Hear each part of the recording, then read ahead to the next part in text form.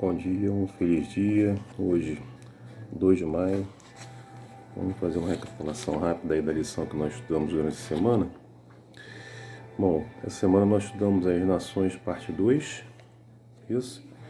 O verso memorizado está lá em Salmo 46, verso 10. Aquietai-se e saibam que eu sou Deus. Sou exaltado entre as nações, sou exaltado na terra. Então, que Deus mostra para mim e para você que Ele está no controle, né? Se Deus é por nós, quem será contra nós, né? Romanos 8,31 fala isso. Agindo Deus, quem impedirá? Isaías 43, verso 13, não é isso? Segurança, né? Nós sabemos que com Deus estamos seguros, porque Ele está no controle de todas as coisas, né? Desde que nós entregamos nossas vidas em Suas mãos. E sabemos que todas as coisas cooperam para o bem daqueles que amam a Deus, daqueles que são chamados segundo o seu propósito. Não é isso? Romanos 8, 28. Né? Deus tem a intenção, né, de se relacionar comigo, com você. Mas para isso nós precisamos aceitar, escolher isso, né? Vimos também que jamais foi a intenção de Deus que Satanás ou a humanidade pecasse, não é isso? Mas devido à desobediência de nossos primeiros pais, infelizmente o pecado entrou neste mundo, né? E gerou aí consequências para a nossa vida, para a minha, para a sua vida, para a vida de cada um de nós. A rebelião foi aí uma tragédia de grandes consequências, né? A nossa alegria em Deus teria permanecido completa se nossos primeiros pais não tivessem desobedecido à ordem de Deus, não é isso? Vimos a questão aí do primeiro mandamento, né? Onde Deus pede aos nossos primeiros pais, para que eles não comessem do fruto da árvore do conhecimento do bem e do mal. E nós sabemos na história que, infelizmente, os nossos primeiros pais desobedeceram essa ordem, né? Eles não deveriam comer da árvore do conhecimento do bem e do mal. Deus deu a oportunidade para que eles comessem de todo o fruto que existia ali, de todas as árvores do jardim. Mas da árvore do conhecimento do bem e do mal, essa eles não poderiam comer, porque no dia que eles comessem, certamente morreria. E infelizmente nossos primeiros pais desobedeceram essa ordem e o pecado entrou, né? E aí, como diz na própria palavra de Deus, né? Eles teriam conhecimento aí do bem e do mal.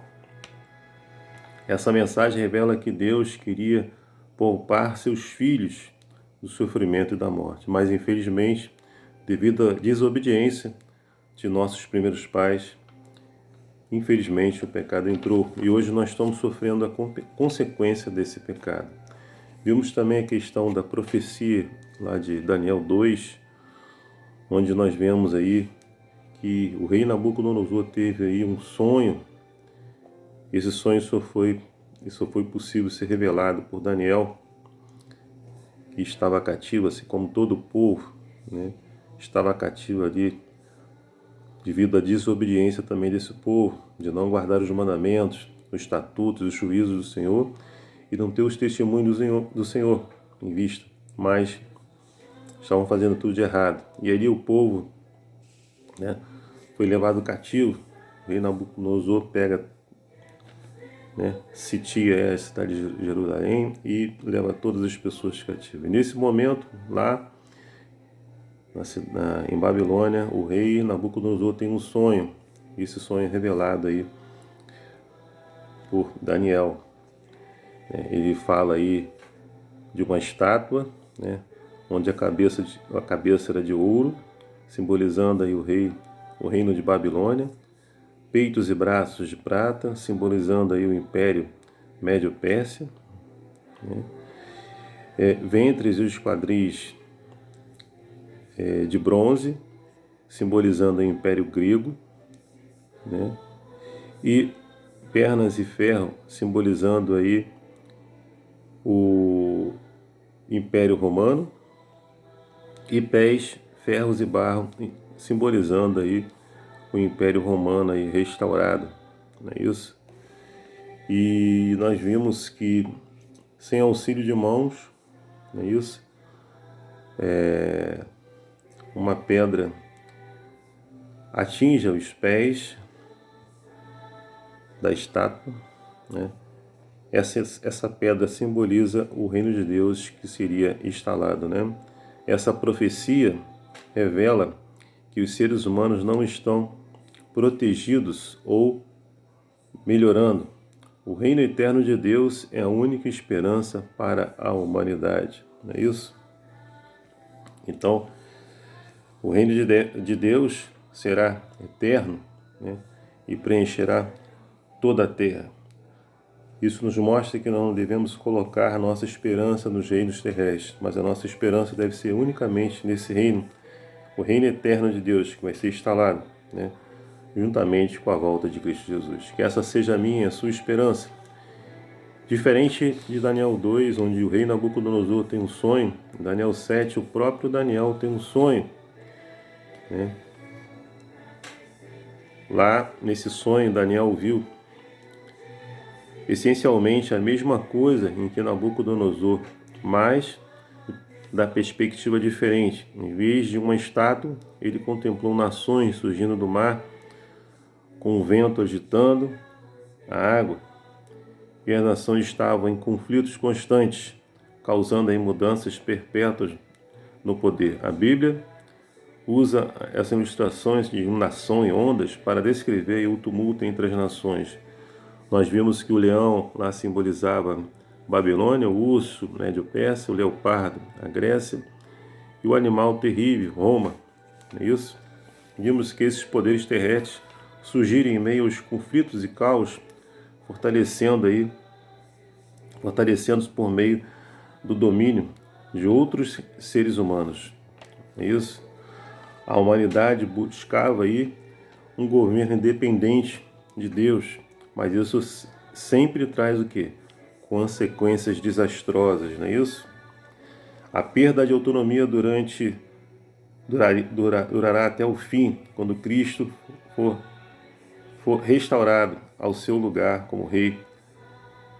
E aí, na época do Novo Testamento, o povo de Deus continua a sofrer sob o Império Romano e depois sob as perseguições do chifre pequeno, do sucessor de Roma pagã, né? Isso significa que nós não devemos estar também colocando as nossas esperanças, né, neste mundo caótico. A nossa esperança deve estar no reino que será instalado pelo nosso Senhor na sua volta, não é isso? Vimos também que terra tem um significado de lugar seguro, paz, mar, povos, nações, multidões, estações, não é isso? A terra frequentemente representa o mundo ordenado, né? Ou mesmo a terra de Israel, ao passo que o mar se refere às nações gentílicas que ameaçam, como o mar ameaça a terra, né? Vimos que a terra é um lugar de estabilidade, né, com base aí no governo de Deus. Já o mar representa a turbulência das nações com base no orgulho humano, né, em poder resolver as coisas da forma deles, não da forma de Deus, não conforme a vontade de Deus. E aí nós vimos que o inimigo, Satanás, o dragão, usa, né, as lideranças terrestres, não é isso? Para perseguir a mulher, a igreja, que somos cada um de nós. Houve essa grande perseguição, muitos, né, foram mortos e houve uma perseguição. O povo de Deus fugiu, né, para o novo mundo, para a América. E com base no que vimos sobre o simbolismo da terra e mar, o que isso diz sobre os fundamentos dos Estados Unidos. Então, o povo vai lá para essa terra prometida, não é isso? Porque ali eles encontraram refúgio e liberdade religiosa, é isso? Porém, no futuro, né, como fala na palavra de Deus, a besta que é semelhante ao cordeiro falará como o dragão, né? Os Estados Unidos, que tem sido aí um farol de liberdade, se tornaria aí perseguidor do povo de Deus. Isso ocorre quando as nações governam a si mesmas em vez de serem governantes por Deus, não é isso? Vimos que esse novo mundo, a América, para onde fugiram o povo de Deus lá no século 17 e 18, né? Buscavam ali liberdade religiosa, não é isso? Mas esse mesmo lugar, para onde eles fugiram, nós vimos que